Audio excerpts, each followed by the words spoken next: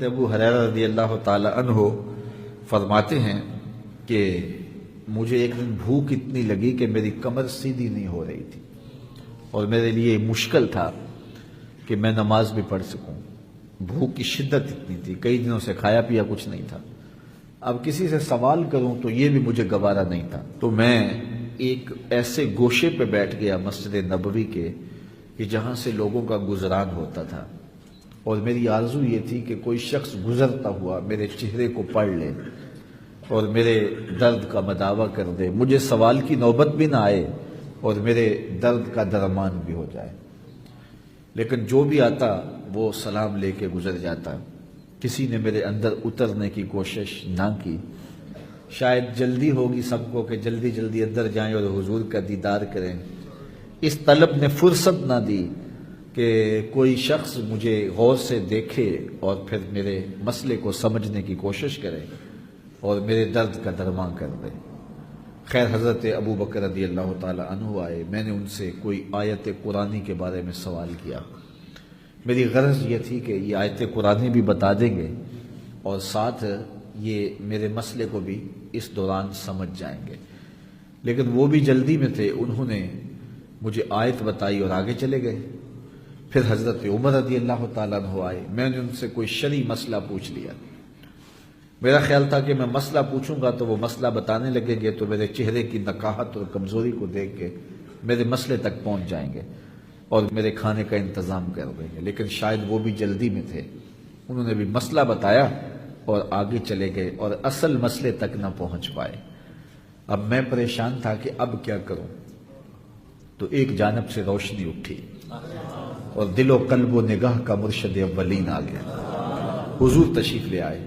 تو حضور نے مجھے دیکھا تو میں حضور کو مسئلہ ہی پوچھ لیا. تو حضور نے میری جانب غور سے دیکھا، پھر مسکرا کے بولے ابو ہریرہ بھوک لگی ہوئی ہے؟ میں نے کہا جی حضور بھوک لگی ہے. جس کی تسکین سے روتے ہوئے ہنس پڑے اس تبسم کی عادت پہ لاکھوں سلام. سارے دکھوں کا مداوع حضور کی ذات ہے. تو حضور نے میرا مسئلہ بوجھ لیا. فرماؤ میرے ساتھ آ جاؤ. گھر لے گئے. اہل خانہ کو آواز دی کچھ کھانے کے لیے ہے؟ انہوں نے کہا جی دودھ کا ایک پیالہ ہے. فرمایا اسے لے آؤ. پیش کیا گیا تو حضور نے فرمایا ابو ہریرہ. میں نے کہا جی حضور. کہا وہ جو صفہ کے چبوترے پہ بیٹھے ہیں نا، جاؤ ان کو بھی لے آؤ. حضور کو صرف ان کی بھوک کا خیال نہیں، ان کی بھوک کا بھی خیال ہے. کہا ان کو لے آؤ. کہتے ہیں میں چلا گیا لیکن دل میں یہ تھا کہ دودھ کا ایک پیالہ ہے اور وہ لوگ تھے 70 کے قریب جو اس وقت صفہ پہ بیٹھے ہوئے تھے. میں ان کو بلا لایا. حضور نے میرے ہاتھ میں پیالہ دیا اور کہا دائیں سے شروع ہو جاؤ. آزمائش تو بڑی ڈاڈی ہے. جو بھوک سے تڑپ رہا ہو تو اس کو ہی کہا جائے اور پیالہ بھی ایک ہی ہو. تو کہتے ہیں کہ میں نے تعمیل حکم کرتے ہوئے دائیں جانب سے جو پہلا شخص تھا اس کو دودھ کا پیالہ پیش کیا اور میں نے دودھ کے پیالے میں نظر بھی رکھی. اور جب وہ سیراب ہو کے پی گیا تو میں نے دیکھا کہ ایک قطرہ بھی کم نہیں ہوا. مجھے تسلی ہو گئی. میں نے دوسرے کو دیا، تیسرے کو دیا، حتیٰ کہ 70 آدمی دودھ پی گئے. لیکن لگتا تھا رب نے اس دودھ کے پیالے کا تعلق کوثر کی نہر سے جوڑ دیا. پھر حضور نے مجھے فرمایا ابو ہریرہ کون باقی؟ میں نے کہا حضور ایک آپ باقی، ایک میں باقی. حضور نے فرمایا تم پیو. میں نے پیا اور سیراب ہو کے پیا. فرمایا اور پیو. میں نے اور پیا. فرمایا اور پیو. میں نے کہا مجھے اس رب کی قسم ہے جس نے آپ کو حق کے ساتھ مبعوث کیا ہے، میرے میں ایک قطرے کی گنجائش بھی نہیں. تو حضور نے میرے ہاتھ سے پیالہ لیا اور خود نوش جاں کرتے ہوئے فرمایا کہ قوم کا ساقی آخر میں پیتا ہے. تو دودھ کا ایک پیالہ 72 لوگوں کے لیے کافی ہو گیا. اعلی حضرت بولے ہاں جناب ابو ہریرہ کیسا تھا وہ جام شیر جس سے 70 صاحبوں کا دودھ سے منہ بھر گیا. تو میرے استاد فرمایا کرتے تھے کہ ایک پہلو تو یہ ہے کہ دودھ کا ایک پیالہ 70-72 آدمیوں کو کافی ہو گیا. دوسرا پہلو یہ کبھی نہ بھولیے گا کہ 2 جہاں کا سردار ہے 71 آدمیوں کا جوٹا لے رہا. حضرت امام شافعی فرماتے کہ مجھے فقیروں کی 2 باتوں نے بڑا نفع دیا ہے. پہلی بات یہ الوقت سیف قاطع، وقت کاٹ دینے والی تلوار ہے. وقت کو تم کاٹو نہیں تو وقت تمہیں کاٹ دے گا، یا تم وقت پہ حاوی ہو جاؤ اور تمہاری مرضی سے گزرے وقت. تمہاری دسترس میں ہو وقت، اور یا پھر وقت تمہیں گزار دے، ایک ان دونوں میں سے ایک چیز ہوگی۔ اللہ کا شکر ہے اس وقت ہم وقت کو گزار رہے ہیں، چونکہ ہم قرآن مجید کا درس سننے اور سنانے میں مصروف ہیں۔ اگر ہم یہاں نہ ہوتے، کہیں بیٹھ کے تاش کھیل رہے ہوتے، تو وقت کی رفتار اور گھڑی کی رفتار کیا اس سے مختلف ہوتی؟ وہ اسی رفتار سے چل رہی ہوتی، لیکن پھر وقت ہمیں گزار رہا ہوتا۔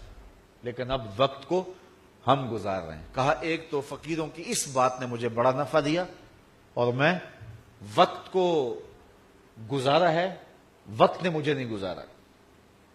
دوسری بات فقیروں کی جو میرے لیے بڑی نفع بخش ثابت ہوئی، وہ یہ ہے کہ درویش کہتے ہیں، اللہ والے لوگ کہتے ہیں کہ اپنے آپ کو نیکی کے کام میں لگا دو، ورنہ نفس تمہیں برائی کے کام میں لگا دے گا۔ آپ اپنے آپ کو کھینچ کے یہاں لے آئے نا، اگر نہ یہاں کھینچ کے لاتے اور نفس مجھے یا آپ کو کسی اور جگہ لے جاتا، تو پھر ہمارا وقت کتنا برباد ہوتا۔ تو کہا تم کھینچ کے اپنے آپ کو نیکی کے کام پہ لگا دو، ورنہ نفس جو ہے وہ تمہیں برائی کے کام پہ لگا دے گا۔ بلکہ صوفیاء کے ہاں تو اس بات کا خیال رکھا جاتا ہے کہ وقت کا زیادہ اچھا مصرف کیا ہے، بہتر سے بہتر کی تلاش میں۔ حضرت اویس کرنی رضی اللہ تعالیٰ عنہ حضور کی زیارت نہیں کر سکے۔ بوڑھی ماں تھی جن کی خدمت ان کو حضور کی زیارت سے روکے ہوئے تھی، بلکہ حضور اپنی قمیض کے بٹن کھول کے یمن کی طرف رخ کر کے لمبی لمبی سانسیں لیتے ہیں اور فرماتے ہیں مجھے یمن سے یار کی خوشبو آ رہی ہے۔ تو کسی نے کہا حضور وہ اتنا آپ اس سے پیار کرتے ہیں اور وہ ملنے بھی نہیں آیا آپ کو؟ کہا اس کی بوڑھی اور نابینا ماں ہے جس کی خدمت اسے میرے حضور آنے سے روکے ہوئے، اور کوئی اویس بن عامر کو ملے اور میرا سلام کہے اور اس کو کہے کہ میری امت کی بخشش کی دعا کرے۔ معلوم ہوا جو ماں باپ کے خدمت گزار ہوتے ہیں ان کی دعائیں رد نہیں ہوتی۔ حضرت عمر اور حضرت علی المرتضیٰ رضی اللہ تعالیٰ عنہ گئے دور فاروقی میں حضرت اویس کو ملنے کے لیے۔ خیر ملاقات ہو گئی تو جا کے حضور کا سلام دیا، بس اویس کی آنکھوں سے جھرنے پھوٹنے لگے آنسوں کے، تڑپ گئے، بدن پہ کپ کپی، آنکھوں میں آنسو، اور بار بار پوچھتے تھے میرے رسول کے لبوں پہ میرا نام کیسے آیا تھا، کیسے حضور نے کہا تھا اویس کو میرا سلام دینا۔ اللہ اکبر۔ کچھ دیر گفتگو ہوئی تو حضرت اویس کرنی نے ہاتھ آگے بڑھاتے ہوئے کہا اچھا پھر آپ نے بھی آخرت کی تیاری کرنی ہوگی، میں نے بھی آخرت کی تیاری کرنی ہے، حشر کے دن ملاقات ہوگی۔ تو دیکھیے کہ یہ لوگ وقت کے کتنے قدردان ہیں اور وقت کی اہمیت کو کتنا سمجھتے ہیں۔ جس قدر وقت کو فقیر لوگوں نے مینج کیا ہے دنیا کا کوئی شخص نہیں کر سکتا۔ یار 90 لاکھ لوگوں سے تو ہم ساری زندگی میں ملتے نہیں ہیں، اور غریب نواز نے 90 لاکھ کو کلمہ پڑھا دیا، تو کیسے وقت کو استعمال کیا؟ امام بخاری کو دیکھیں، امام غزالی کو دیکھیں، امام رازی کو دیکھیں، حضرت امام احمد بن حنبل کو دیکھیں، ان لوگوں کا کام دیکھیں، امام احمد رضا کو دیکھیں، 1600 کتابیں لکھ دینا کوئی تماشا لب بام تھوڑا ہے۔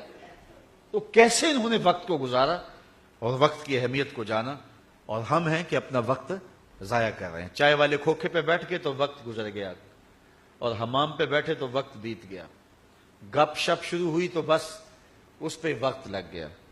والذین هم عن اللغو موردون، وہ لغویات سے اعراض کرتے ہیں۔ آگے سورہ فرقان ہے اسی 18ویں پارے میں، وہاں فرمایا کہ جب وہ لغو سے گزرنے کی نوبت آ جائے تو عزت سے گزر جاتے ہیں۔ وہ باندر کا تماشا دیکھنے رک نہیں جاتے، ان کے مقاصد جلیل ہیں، ان کی زندگی کے بڑے مقاصد ہیں، وہ اپنی زندگی کو ان مقاصد کے حصول کے لیے لگا کے بیٹھے ہوئے ہیں، تو اب وہ اپنے وقت کو ضائع نہیں کرتے۔ والذین هم لفروجہم حافظون، اور وہ اپنی شرم گاہوں کی حفاظت کرتے ہیں۔ یہ فالحین کی نشانی ہے، جو کامیاب لوگ ہیں، اپنی عصمت کے جوہر کو لٹنے نہیں دیتے۔ قیمتی اثاثہ انسان کی آبرو ہے، اگر وہ لٹ جاتی ہے تو پھر باطن کا چہرہ مسخ ہو جاتا ہے۔ زخمی ہو جاتا ہے روح کا چہرہ، اور روحانی دنیا کے اندر اس شخص کی کوئی قیمت نہیں ہوتی۔ اس لیے جو اپنے باطن کے چہرے کو بچا کے رکھے، اپنی عصمت کی حفاظت کرے، اگرچہ جوانی میں یہ مشکل مرحلہ ہوتا ہے، لیکن میرے رسول نے پورا نصاب دے دیا۔ یا معاشر الشباب من یستطع منکم الباءۃ فلیتزوج فانہ اغض للبصر واحسن للفرج فمن لم یستطع فعلیہ بالصوم فانہ لہ وجاء۔ اے جوانوں کے گروہ، بہت جلدی نکاح کر لو، یہ نظر اور پاکیزگی کا محافظ ہے۔ کوئی حرج نہیں ہے، اپنے ماں باپ سے کہہ دو کہ ہمیں شادی کر دو، فرمایا بہت جلد نکاح کر لو۔ فَإِن لَمْ يَسْتَطِعْ، ہاں اگر کوئی مسئلہ ہے، طاقت نہیں ہے، مالی حالت نہیں ہے، مناسب رشتہ نہیں مل رہا، بڑے بہن بھائی کھڑے ہیں، تو کوئی رکاوٹ اگر ہے تو پھر رسول کریم نے دوسرا جو ہے وہ ہمیں لاہ عمل دیا، فَعَلَيْهِ بِالصَّوْمِ فَإِنَّهُ لَهُ وِجَاءٌ، فرمایا پھر کثرت سے روزے رکھو۔ رسول اللہ ضمانت دیتے ہیں کہ روزے شہوات کو توڑتے ہیں، تو جب تک نکاح نہ ہو تو کثرت کے ساتھ روزے کر کے جو ہے وہ اپنی خواہشات کو دبانا چاہیے، تاکہ کہیں یہ نہ لٹ جائیں اور روح مسخ نہ ہو جائے اور باطن کا چہرہ زخمی نہ ہو جائے۔ الا علی ازواجہم او ما ملکت ایمانہم، مگر اپنی بیویوں یا شرعی باندیوں پر جو ان کی ملک میں ہیں، ان کے ہاتھ میں ہیں، فإنہم غیر ملومین، اس پر انہیں کوئی ملامت نہیں ہوگی، یہ تو ان کا شرعی حق ہے۔ فمن ابتغى وراء ذلک، اور جس نے اس سے تجاوز کیا، فاولئک هم العادون، تو فرمایا یہ حد سے بڑھنے والے لوگ ہیں۔ والذین هم لاماناتہم وعہدہم راعون، یہ نہیں کہ سجدہ کر لو، روزہ رکھ لو، زکوٰۃ دے دو، لیکن جس کا وعدہ کیا ہے اس کو پورا نہ کرو، عہد کو توڑ دو۔ اسلام مکمل اور کامل دین ہے۔ فلاح پانے والے شخص کے لیے یہ بھی لازمی ہے کہ وہ اپنے وعدے کا پکا ہو۔ والذین هم لاماناتہم وعہدہم راعون، وہ اپنے عہدوں کی اور اپنے وعدوں کی پاسداری کرتے ہیں۔ میرے اور آپ کے آقا و مولا حضور نبی رحمت صلی اللہ علیہ وسلم نے کسی سے وعدہ کیا کہ تیرے آنے تک میں یہاں کھڑا ہوں، اور وہ جا کے بھول گیا، اور رسول اللہ کھڑے ہیں۔ 3 دن تک حضور وہاں کھڑے رہے، اور 3 دن کے بعد جب وہ آیا تو حضور نے صرف اتنی بات کہی، صاحب تو نے مجھے مشقت میں ڈال دیا، تو وعدہ کیا تھا، غلطی گو اس کی ہے، لیکن کہا میں تو کھڑا ہوں۔ انسان ساری زندگی بھی ماں باپ کی خدمت کرتا رہے، سچی بات یہ ہے حق کے شکر ادا کر ہی نہیں سکتا۔ ایک شخص نے اپنی ماں کو اپنے کندھوں پہ اٹھا کر کے جو ہے وہ ایک لمبی مسافت طے کی، اور بعد میں حضور کی خدمت میں عرض کی کہ حضور میں 2 فرسخ چل کے آیا ہوں، اتنی گرمی میں اگر گوشت کا ٹکڑا زمین پہ ڈال دیا جائے تو وہ جو ہے وہ پک جائے، اتنی گرمی تھی، اور میں اپنی ماں کو کندھوں پہ اٹھا کر کے لایا ہوں۔ 2 فرسخ ہمارے دور کے 9 کلومیٹر بنتے ہیں، تو اس نے کہا اتنا سفر ماں کو کندھوں پہ اٹھا کر کے لایا ہوں، تو کیا میں نے ماں کے احسانات کا بدلہ دے دیا ہے؟ تو حضور علیہ السلام نے فرمایا تو ابھی اس کی ایک مسکراہٹ کا بدلہ دے سکا ہے۔ ماں ہنس کے جب دیکھ لے تو وہ جو راحت سینے میں اترتی ہے اس کا بھی بدل نہیں ہے۔ ساری زندگی انسان لگا رہے تو ماں باپ کے حقوق کی ادائیگی نہیں ہو سکتی، لیکن اس کے باوجود ماں باپ کا شکریہ ادا کرنا یہ اولاد کی ذمہ داری ہے۔ فرمایا میرا شکر مان اور اپنے والدین کا شکر مان۔ وَإِن جَاهَدَاكَ عَلَىٰ أَن تُشْرِكَ بِي مَا لَيْسَ لَكَ بِهِ عِلْمٌ، اگر وہ دونوں تجھ سے کوشش کریں کہ میرا شریک ٹھہرائے ایسی چیز کو جس کا تجھے علم نہیں، تو ان کا یہ کہنا نہ مان۔ فَلَا تَطِعْهُمَا، یہ ان کا حکم نامہ کبھی تسلیم نہ کر۔ وَصَاحِبْهُمَا فِي الدُّنْيَا مَعْرُوفًا، لیکن اس کے باوجود دنیا پر ان کے ساتھ حسن سلوک سے پیش آ۔ ماں باپ کافر بھی ہوں تو ان سے رویہ اچھا رکھنا چاہیے، یہ کتنی بڑی بات۔ اور اگر ماں باپ مومن ہوں، پھر ماں باپ متقی ہوں اور پرہیزگار ہوں، تو پھر جو ہے وہ کتنا جو ہے وہ ان کے حق ہیں۔ ماں باپ کافر بھی ہوں، حضرت اسماء رضی اللہ تعالی عنہا نے عرض کی حضور میری ماں آئی ہے اور وہ کافرہ ہے، تو کیا میں اس کے ساتھ صلہ رحمی کر سکتی ہوں؟ تو حضور نے فرمایا ہاں تم اس کے ساتھ صلہ رحمی کرو۔ تو والدین کے ساتھ اگرچہ وہ ایسی بات کا حکم دیں وہ بات نہ مانیں. لا طاعت المخلوق فی معصیت الخالق، خالق کی معصیت میں مخلوق کی اطاعت نہیں کی جائے گی. اچھا، یہاں ضمناً ایک بات ذہن میں آ گئی. بعض اوقات اولاد جو ہے وہ مصیبت میں پھنس جاتی ہے کہ ماں اور حکم دے رہی ہے اور باپ اور حکم دے رہا ہے، اور دونوں جو ہیں وہ آپس میں مخالف اور متضاد ہیں. ماں کہتی ہے کہ بیٹی کا رشتہ فلاں جگہ کر، اور باپ کہتا ہے نہیں فلاں جگہ کر. اب ہو تو ایک جگہ سکتا ہے، اور دونوں جو ہے وہ حکم دے رہے ہیں اور اولاد پھنس گئی. علماء فرماتے ہیں کہ پہلے تو ماں باپ کو ہی چاہیے کہ اولاد کو مشقت میں نہ ڈالیں، کسی ایسی مشکل میں نہ ڈال دیں کہ ان سے گستاخی ہو جائے. ایک بزرگ کہتے ہیں مجھے برابر 30 سال ہو گئے ہیں، میں نے اپنی اولاد کو کبھی صریح حکم نہیں دیا. ان کو اشارے کنائے سے کہتا ہوں کہ وہ سمجھ جائیں اور کام کر دیں. میں نے صراحتاً مخاطب کر کے نہیں کہا کہ کہیں وہ انکار نہ کر دیں اور کہیں معروم نہ ہو جائیں. میں نے اس ڈر سے کبھی انہیں حکم ہی نہیں دیا. تو مسئلہ یہ ہے کہ جب ماں باپ دونوں یوں ایسا حکم دے رہے ہوں جو انسان دونوں پر عمل نہ کر سکتا ہو، ایک پر عمل کرنا ضروری ہے، تو پہلے تو وہ کوشش کرے کہ جو ہے وہ دونوں اپنا حکم واپس لے لے اور مجھے کسی کی بات کا انکار کرنے کا موقع نہ ملے. لیکن اگر دونوں اپنے فیصلے پہ اٹل کھڑے ہوں تو پھر حکم ماننے کے اندر ترجیح باپ کو دی جائے گی. یہ بات مسئلہ ذہن میں رکھیں کہ جب خدمت کریں گے خدمت میں ترجیح ماں کو ہوگی اور حکم کی تعمیل میں ترجیح باپ کو ہوگی، کیونکہ گھر کا سربراہ جو ہے وہ باپ ہے، ماں نہیں ہے. جب آئیں باہر سے تو آپ ٹانگیں دبانا چاہتے ہیں تو پہلے امی جی کی دبائیں، کوئی چیز پیش کرنا چاہتے ہیں تو پہلے ماں کو پیش کریں پھر باپ کو. خدمت میں ماں مقدم ہے لیکن حکم کی تعمیل میں باپ مقدم ہے، تو اس وقت پھر باپ کی بات کی جائے گی. ہاں، ماں باپ دونوں یا ان میں سے کوئی ایک ایسا حکم دے رہا ہو کہ جو شریعت بیضاء کی مخالفت میں ہو تو پھر ان کا یہ حکم نہ مانے، لیکن جو ہے وہ ان کی توہین اور ان کی تذلیل پھر بھی نہ کی جائے، ان کے ساتھ جو ہے وہ حسن سلوک سے پیش آیا جائے. بابل کا شہر ہے اور نمرود کی جھوٹی خدائی کا ناقوس بج رہا ہے. نمرود نے اپنی شکل کے بتوں کو شہر کے دروازوں پر نصب کیا ہوا ہے، اور جو بھی بابل شہر میں داخل ہوتا ہے پہلے اس کے بت کو سجدہ کرنا لازم ہوتا ہے، اور اگر کوئی شخص بت کو سجدہ کیے بغیر دروازہ عبور کرتا ہے تو اس نے ایسا سسٹم لگایا تھا کہ گھنٹیاں بجنے لگ جاتی اور اس کو پکڑ کے بتوں کے چرنوں میں رکھا جاتا ہے. چاروں طرف ظلم اور شرک کی بدبو پھیلی ہوئی ہے.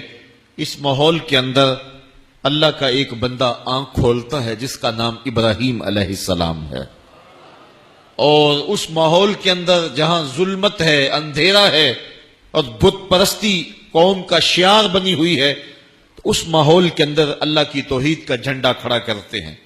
آئیے کتاب رحمت سے اس مضمون کو دیکھیں. اللہ تعالیٰ ارشاد فرماتا ہے وَلَقَدْ آتَيْنَا إِبْرَاهِيمَ رُشْدَهُ مِنْ قَبْلُ، اور بے شک ہم نے ابراہیم کو پہلے ہی سے اس کی نیک راہ عطا کر دی. جو پیغمبر ہوتا ہے وہ ماں کے پیٹ میں بھی پیغمبر ہوتا ہے، وہ بچپن میں بھی پیغمبر ہوتا ہے. اعلان جب بھی کرے یہ اللہ کی حکمت ہے، لیکن پیغمبر یہ نہیں ہوتا. دنیا کے اوپر ایک ولی تو ہو سکتا ہے کہ پہلے ڈاکو ہو پھر بعد میں توبہ کرے اور ولایت کے درجے پہ گامزن ہو جائے. یہ بھی ممکن ہے کہ ایک بندہ جیل میں حفظ کر لے اور بعد میں وہ شہر کا امام بن جائے. یہ بھی ہو سکتا ہے کہ ایک بندہ برائی کے راستے سے نکلے پھر نیکوں کا امام بن جائے. یہ دنیا کے ضابطے یہ ہیں اور ایسا دیکھنے کو ملتا ہے. بڑے بڑے اولیاء ایسے ہم دیکھتے ہیں کہ پہلے کس حالت میں تھے اور پھر حالت جب بدلی. حضرت بشر حافی کی کہانی سن لیجئے کہ حضرت بشر حافی علیہ رحمہ جو ہے وہ شراب کے نشے میں دھت ہیں اور جا رہے ہیں، راستے کے اندر کاغذ کا ایک ٹکڑا پڑا ہے اور اس کے اوپر لفظ اللہ لکھا ہوا ہے. شراب کا نشہ تھا لیکن نشے میں بھی کچھ ہوش تھی. وہ کاغذ کا ٹکڑا اٹھایا، اس کو چوما آنکھوں سے لگایا اور کسی اونچی جگہ پہ رکھ دیا. اللہ اکبر. اس دور کے کسی اللہ کے ولی کو رب کا سندیشہ پہنچا، جا بشر حافی کو مبارک دے دے. بشر حافی شراب کے نشے میں دھت تھا. اس نے شراب خانے کے دروازے پہ جا کے دستک دی. بشر حافی باہر آئے تو حافی کہتے عربی میں ننگے پاؤں والوں کو، تو یہ پاؤں میں جوتے نہیں ابھی انہوں نے پہنے تھے، نشے میں تھے. انہوں نے کہا رب تجھے سلام دیتا ہے اور اس کے نام کی تو تعظیم کی ہے، اللہ نے اپنے مقربوں میں تیرا نام لکھ لیا ہے. تو پھر بشر حافی نے ساری زندگی جوتے نہیں پہنے کہ جب اللہ نے میرے اوپر کرم کیا تو میں برہنہ پا تھا، اور ساری زندگی وہ برہنہ پا ہی رہے، اور پھر اللہ نے وہ عزت دی بشر حافی کو کہ جس راستے سے گزرنا ہوتا تھا بشر حافی نے، جانور اس راستے کے اندر گوبر بھی نہیں کیا کرتے تھے۔ تو حضرت بشر حافی پھر وہ مرتبہ پا گئے، امام احمد بن حنبل جیسا شخص جو ہے وہ حدیث رسول پڑھانے والا اور فقہ کا اجالا بانٹنے والا، جب وقت ملتا تو جنگلوں میں حضرت بشر حافی کے پیچھے دوڑتے اور ان سے خیرات طلب کرتے۔ کسی نے کہا احمد بن حنبل بات سمجھ سے باہر ہے، اتنے بڑے عالم ہو کہ ایک فقیر کے پیچھے دوڑتے ہو؟ تو حضرت امام احمد بن حنبل نے فرمایا، لوگو، احمد بن حنبل جس رب کو مانتا ہے بشر حافی اس رب کو جانتا بھی ہے، اس لیے میں اس کے پیچھے پیچھے دوڑتا ہوں۔ تو کہاں سے کہاں پہنچے؟ ایک بزرگ تھے بغداد میں، وہ کہتے ہیں میں گزر رہا تھا تو راستے میں ایک شرابی تھا جو گندی نالی پہ گرا ہوا تھا، اور گندے پانی سے اس کا منہ جو ہے وہ غلیظ ہو رہا تھا۔ انسانی محبت کے ناطے مجھے ترس آیا، میں نے اس کو اٹھایا اور اس کا منہ دھویا اور گھر کا راستہ دکھایا۔ مشہور شرابی تھا۔ تہجد کے وقت جب میں مسجد میں گیا تو کیا منظر نامہ ہے کہ وہ شرابی جس کو دوپہر کے وقت میں نے اٹھا کے اس کا منہ دھویا تھا، وہ میرے سے پہلے مسجد میں آ کے مصلی پہ کھڑا ہے۔ بار الہ، یہ کیا تماشا ہے کہ یہ تو آج دوپہر کو شراب کے نشے میں تھا اور آج میرے سے بھی پہلے مصلی پہ آ کے کھڑا ہے۔ آواز آئی، میرے بندے، تو نے اس کا منہ دھو دیا تھا، میں نے اس کا دل دھو دیا ہے۔ تو ایسا بارہا ہوا ہے کہ ایک ڈاکو، ایک شرابی، ایک سود خور وقت کا امام بنا اور وقت کا ولی بن گیا، لیکن ایسا کبھی نہیں ہوا ہے کہ زندگی پہلے اچھی نہ ہو اور بعد میں نبوت دے دی جائے۔ اللہ نے جس کو نبوت کے لیے مختص کیا ہوتا ہے، اللہ اس کے بچپنے کی بھی حفاظت کرتا ہے، اس کے لڑکپنے کو بھی حسن دیتا ہے اور جمال دیتا ہے۔ وہ بند کمروں کے اندر بھی جو ہے وہ قدموں میں بچھتے ہوئے حسن کے حملوں سے محفوظ رہتا ہے۔ کچھ لوگ جو ہیں وہ کسی صورت کے اندر بھی جو ہے وہ اپنے ماتھے کی شکنیں نہیں جانے دیتے۔ اللہ تعالیٰ نے اپنے محبوب کو فرمایا، لو کنت فظا غلیظ القلب لانفضوا من حولک، اے محبوب اگر تو ترش مزاج ہوتا، ماتھے پہ شکنیں ڈالنے والا ہوتا تو اتنے لوگ تیرے گرد کبھی بھی جمع نہ ہوتے۔ تو یہ تیرے چہرے کا کمال ہے اور تیرے رنگ اور انداز زندگی کا حسن ہے کہ لوگ تیرے ارد گرد ہجوم کر کے آئیں۔ حضرت عائشہ رضی اللہ تعالی عنہا فرماتی ہیں کہ ہم نے حضور علیہ الصلوۃ والسلام کو کبھی ایسے ہنستے ہوئے نہیں دیکھا کہ حضور کے لہوات نظر آئے ہوں۔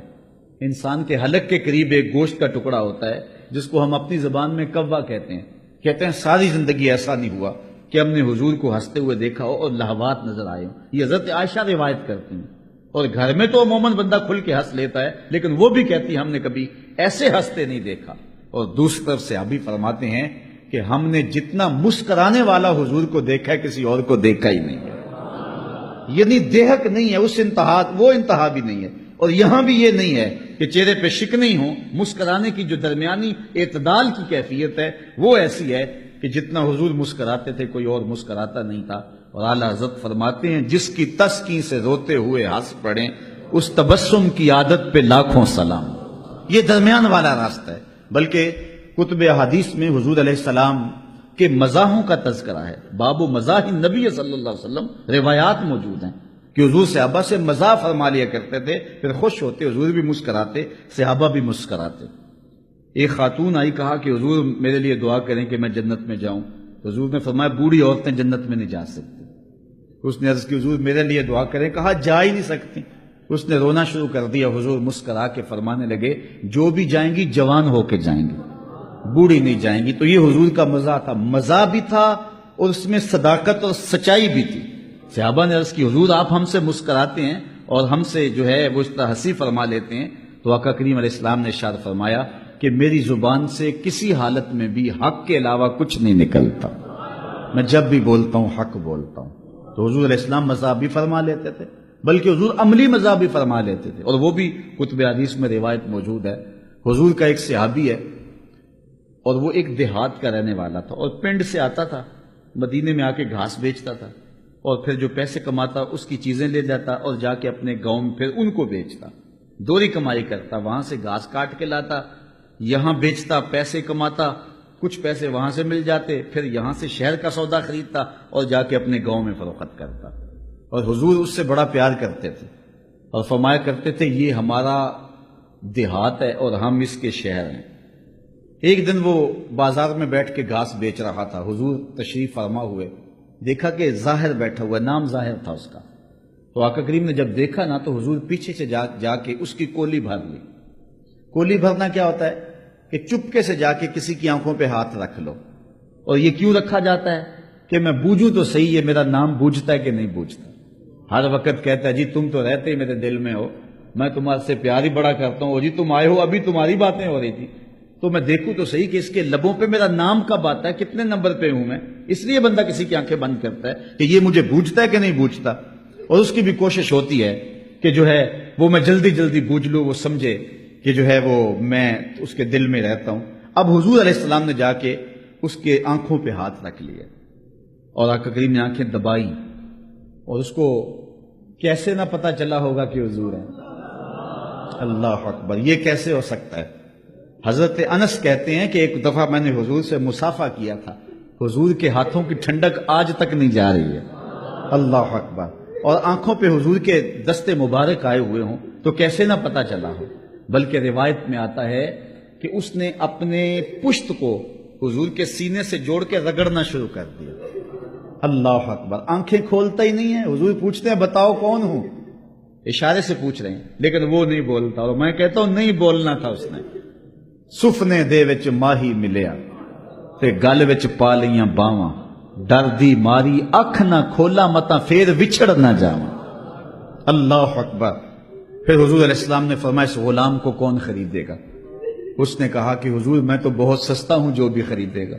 تو حضور نے فرمایا نہیں، تو سستا نہیں ہے، تو اللہ کے ہاں بہت مہنگا ہے۔ تو حضور مزہ بھی فرما لیا کرتے تھے۔ تو نہ یہ انتہا اور نہ وہ انتہا، بلکہ درمیان کا راستہ۔ لاہور سے انجمن نعمانیہ نے اعلیٰ حضرت کو خط لکھا، فتاوی رضویہ کے اندر موجود ہے، اور اس میں انہوں نے کہا کہ ہمارے پاس دارالعلوم ہے، تو آپ بریلی ایک دور دراز علاقہ ہے وہاں سے لاہور آ جائیں، یہ قطب البلاد ہے، بہت بڑا شہر ہے، تو یہاں بیٹھ کے کام کریں، ہم آپ کو وسائل بھی دیں گے جتنے آپ جو ہیں وہ چاہیں گے۔ تو اعلیٰ حضرت نے خط کا جواب دیا اور اس میں ان کو طریقے بتائے کہ دین کا کام اس دور میں یوں کرنا چاہیے، اور وہ سارے طریقے جو آج بھی ہمارے لیے ایک لاہ عمل ہے۔ تو فرمایا کہ اس طریقے سے تم دین کا کام کرو، باقی رہی میری بات، تم مجھے بلوانا چاہتے ہو خود آ جاؤ یا کوئی اپنا آدمی بھیجو، اگر ایک لمحے کے لیے بھی احمد رضا فارغ بیٹھا ہے تو کہنا دین سے دھوکہ کر رہا ہے، ایک لمحے کے لیے بھی فارغ نہیں۔ اور پھر اللہ نے بریلی میں آپ کو وسائل دے دیے تھے۔ جو بندہ کام کرنے والا ہو اللہ وسائل کے رخ موڑ دیتا ہے، یہ اللہ کا انتظام ہوتا ہے۔ اور ہم نے دیکھا ہے کہ جن لوگوں نے کام کیا وہ بڑے بڑے شہروں میں نہیں بیٹھے، وہ بستیوں میں، دیہاتوں میں، پہاڑوں میں بیٹھے، اللہ نے وہاں ہی میلے لگا دیے۔ تو اعلیٰ حضرت کو وسائل کی پھر کمی نہیں رہی تھی، بلکہ ایک زمانہ تھا طلباء کے لیے مشکلات تھی، اور طلباء کی مشکلات یقیناً بندے کو کھا جاتی ہے۔ یہ ہم بھی اس مرحلے سے گزرتے ہیں۔ اعلیٰ حضرت سے کہا گیا کہ حضرت یہ جو نان پارا کی ریاست کا نواب ہے نا، یہ آپ کا بڑا معتقد ہے، اور یہ نواب اس زمانے میں جو ہوتے تھے تو ان کے شاعر قصیدے لکھا کرتے تھے اور وہ انعام و اکرام دیا کرتے تھے۔ تو کہا اگر آپ نواب کی شان میں ایک قصیدہ لکھ دیں، نان پارا کے نواب کی شان میں، تو وہ ویسے ہی آپ کا عقیدت مند ہے، اور پھر وہ اس نے آپ کو تھوڑا دینا ہے، مدرسے کے لیے دینا ہے، تو وہ اتنا کچھ دے گا کہ مدرسے کے طلباء کے لیے کافی ہو جائے گا۔ اعلیٰ حضرت نے معذرت کی، لیکن انہوں نے پھر کہا حضرت آپ نے اپنے لیے تھوڑا کہنا ہے، یہ تو ایک مقصد کے لیے آپ نے لکھنا ہے۔ تو جب ضد کی تو فرمایا لاؤ قلم دو، تو قلم دیا گیا۔ سب کا خیال تھا کہ اب اعلیٰ حضرت کو چند جملے لکھ دیں گے، چند اشعار موزوں ہو جائیں گے، اور پھر جب اس تک پہنچیں گے تو وسائل کے دروازے کھل جائیں گے۔ لیکن جب کاغذ لایا گیا اعلیٰ حضرت نے لکھا وہ کمال حسن حضور ہے کہ گمان نقص جہاں نہیں، یہی پھول خار سے دور ہے، یہی شمع ہے کہ دھواں نہیں۔ اور آخر میں آپ نے لکھا کروں مدح اہل دول رضا، پڑے اس بلا میں میری بلا، میں گدا ہوں اپنے کریم کا، میرا دین پارا نان۔ نان پارا کی تقلیب لفظی کی، یعنی نان پارا کو اگر الٹے ہیں تو بنتا ہے پارا نان، اس کو کہتے ہیں تقلیب لفظی، لفظ کو قلب کر دینا، بدل دینا۔ تو نان پارا کو بدلا تو پارا نان بنا۔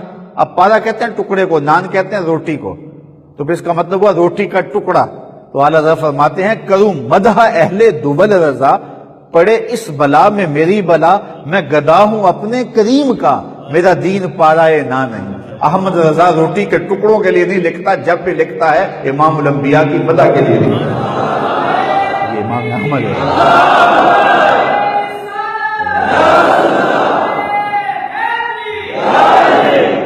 گھروں میں حضور پر درود پڑھنے کا ماحول بنائیں، اپنے بچوں کو ترغیب دیں، گھر گھر حضور کے نام کی مجلسیں سجائیں، ہر شخص اپنے گھر کے اوپر حضور کے نام کا جھنڈا لگائے، اور ہو سکے تو گھر میں چراغاں بھی کریں.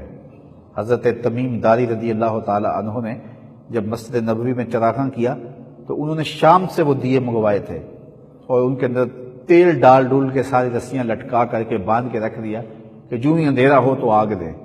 تو جو ہی اندھیرا ہوا نا شام کا تو انہوں نے سب چراغوں میں آگ جلائی. تو حضور علیہ السلام تشریف لائے نا حجرہ انور سے، تو مسجد نبوی جگمگ کر رہی تھی. تو حضور خوش ہو گئے اور فرمایا تو نے اسلام کو منور کر دیا، اللہ تیری دنیا آخرت منور کرے. اللہ حضور کے نام سے جو چراغاں کرتے ہیں ان کی دنیا آخرت کو چراغاں کرتے ہیں.